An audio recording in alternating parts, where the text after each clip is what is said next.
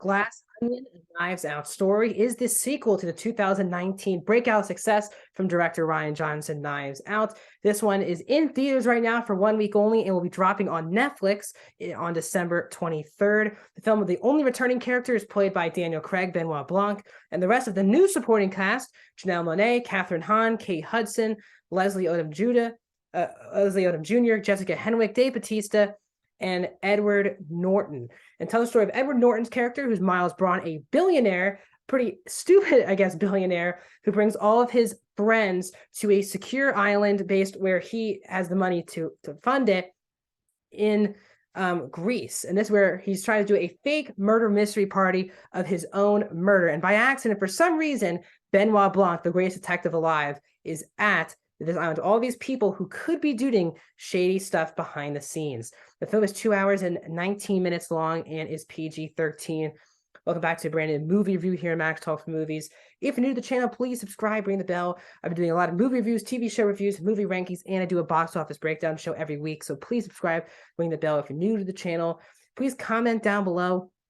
First of all, if you've not seen this film, tell me, are you going to check it out this week in theaters, or are you going to wait for it on Christmas, around Christmas, to watch it on Netflix? Do you see this more as a streaming movie, or are you pushing for people to see this on the big screen with an audience? Would love to hear that perspective in it. If you've already seen this movie, that means you've seen it in a movie theater. Let me know, what was your theater experience like, and did you like this film more than the original Knives Out? Non-spoilers. I think the day that Knives Out comes out on Netflix, I'll drop a spoiler review for Knives Out 2. And then please also like the video, guys, the thumbs up button. That's how you support this channel. So I really like the first Knives Out. I'm a kind of a big not big, but I really like the murder mystery genre, and it's a genre in both movies and TV that just is very rare to see anymore. Really for me recently, other than really Knives Out, which came out in 2019, and also the Apple TV Plus show, The After Party, which came out last year, the genre just hasn't really been there for a long time. So I'm all for continuing this, I guess, franchise by having Daniel Craig's Benoit Blanc continue to do different cases, and you can keep building up these casts, building up these movies, and still be interesting. Now, as I said, I did see this on Wednesday, the 23rd. So I saw this on opening day of its 1 week release. It's one of the rare hybrid movies for Netflix that it's basically getting released for a full week. Then it will, not limited, but more limited, not completely wide, but the widest release of a Netflix movie ever. And then it'll go on Netflix in a month. So after this first week, this movie will disappear for 3 to 4 weeks, and then it'll return when it hits Netflix with no extra cost on December the 23rd. So really interesting release style, but I really wanted to see this in a movie theater. I was really pumped to see this movie basically a month early on the dot. So let's get into Knives Out: A Glass Onion Story. So overall, I found this to be another blast from Rian Johnson, from really start to finish. I was never bored throughout the entire film. These are very entertaining actors playing very entertaining characters in the film. And there's a lot of actually pretty solid twists and turns that keeps the movie fascinating the more you watch it. And I actually find this film to be a bit less predictable than the original film. I think the original film, you kind of knew who the killer was, and that's very similar to this film. You kind of have an idea on who the killer is, but the big difference, I think, is how we get to that point, I think, is more predictable in the first film than it is in this film, which I found very refreshing.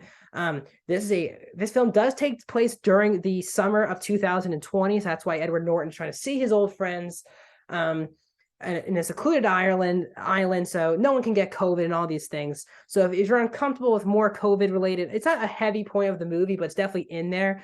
That's a part of the aspect of the movie that I was not expecting as well.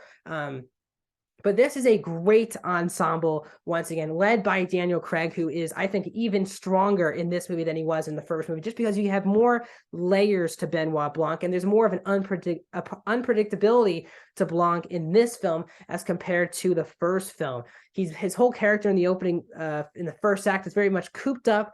He hasn't really left his house, I think, since the case in the last movie, and he just wants to get out of the cage and start doing cases again until this case or this situation arises for himself. So he's kind of a loose cannon, figuring out stuff much quicker, but still being decisive on when to reveal that information to both the characters and obviously us, the audience.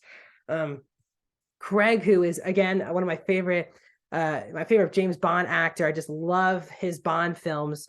I really three of them, and it's so interesting to see him again doing the Southern drawl again. But he is thoroughly entertaining, and he has one in particular monologue that had me cracking up the whole time. He is very entertaining in this movie from start to finish, and he's a lot funnier than I think people expect heading into this film. A part of the new cast, I think by far and away the strongest new cast member is Janelle Monáe's character. She has a lot more layers than she does in the first act. Once you kind of understand her whole character and her dynamic with Benoit Blanc, the movie really kicks into high gear.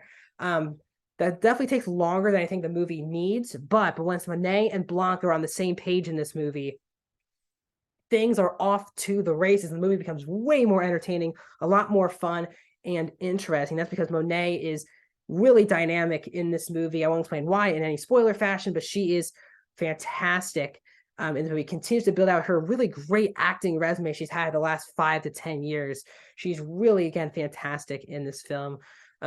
Also, Edward Norton, who I just don't get to see in these type of roles anymore. I'm an Edward Norton fan, so it was great to see him playing this eccentric billionaire who's, I guess, very similar to he's very much a stereotype of a billionaire, a caricature of a billionaire. And I think Edward Norton does a great job with. I think Batista is effortlessly entertaining. It's not like Batista's doing anything special, but he does ooze that charisma. He's very entertaining. Kate Hudson brings a lot of the satirical comedy to the movie. She's a former fashion icon who's kind of in the middle of being, I guess, canceled, is a great way, a way of putting it. She's done some very questionable things, and she keeps being saved by Edward Norton's character. So she's very entertaining because of kind of how stupid she is sometimes during this movie. And also, again, always great to see Kathryn Hahn, Leslie Odom Jr., Jessica Henwick. There's also a lot of fun cameos in this movie. I'm not going to spoil who they are, but don't go on IMDb, because I did check IMDb and they do spoil the cameo. So if you don't want to know anything, don't go to IMDb and look up this movie. There's a lot of fun cameos that kind of get sprinkled out throughout the entire film, which I really enjoyed. The production design was gorgeous. The score from Rian Johnson's brother is also really fantastic. And the movie just has energy throughout the whole runtime. That's what these murder mysteries need. You need interest, but also need just energy built throughout. And because the characters are very entertaining and the movie looks great, it just already has that energy. And Rian Johnson brings that once again to this Knives Out sequel, which I think is a very worthy sequel to the original film. Let's get into some negatives, though, here. I do think that we do take a bit too long to get into the murder mystery. As I said, compared to the first movie, you knew in the trailers that Christopher Plummer's character died in the original film. In the trailers, you knew that. In this film, you have really no idea until really the first hour of the movie if this even becomes a murder mystery movie. And it does. And once it gets into that, it becomes a lot more interesting. But luckily, the trailers haven't revealed who dies, who stays alive in this film. I'm not going to spoil it here. But for me, it does take the first hour 15 of the movie is very much our characters talking. And at times it's very fun. But once the movie gets into that energy, as I said, with Janelle Monáe's character, with Daniel Craig's character, it feels like a different movie in a good way. So for me, the first act was entertaining, but it does take a bit too long, I think, to get into the murder mystery aspect of it. And also, I think the third act, it does take a bit too long. Because I think the movie just doesn't know when it wants to end. There's this happens, then this happens, and this happens, and at times the movie just should end. So I do think the nearly 2 hour, 20-minute runtime, I think, goes on for a bit too long towards the third act. I feel like the movie had a satisfying conclusion, and it keeps going for an extra 10 minutes.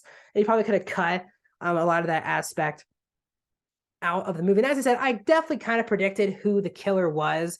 It wasn't this mind-blowing assumption, but because all the other characters are so entertaining, it keeps the movie engaged. So I actually think this is an improvement over the first film, very slightly improvement, by like 2 or 3%, because I do find actually this group of characters more entertaining than the group of characters in the first one. And I love I really love both these movies.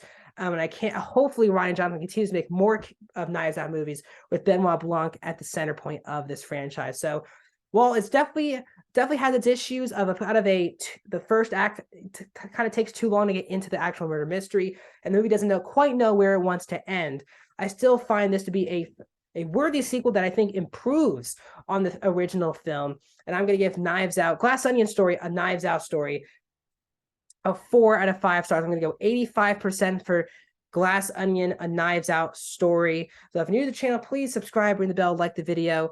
More reviews are coming to my review of Andor. That'll be coming out on Thanksgiving a day. I'll release that Andor review.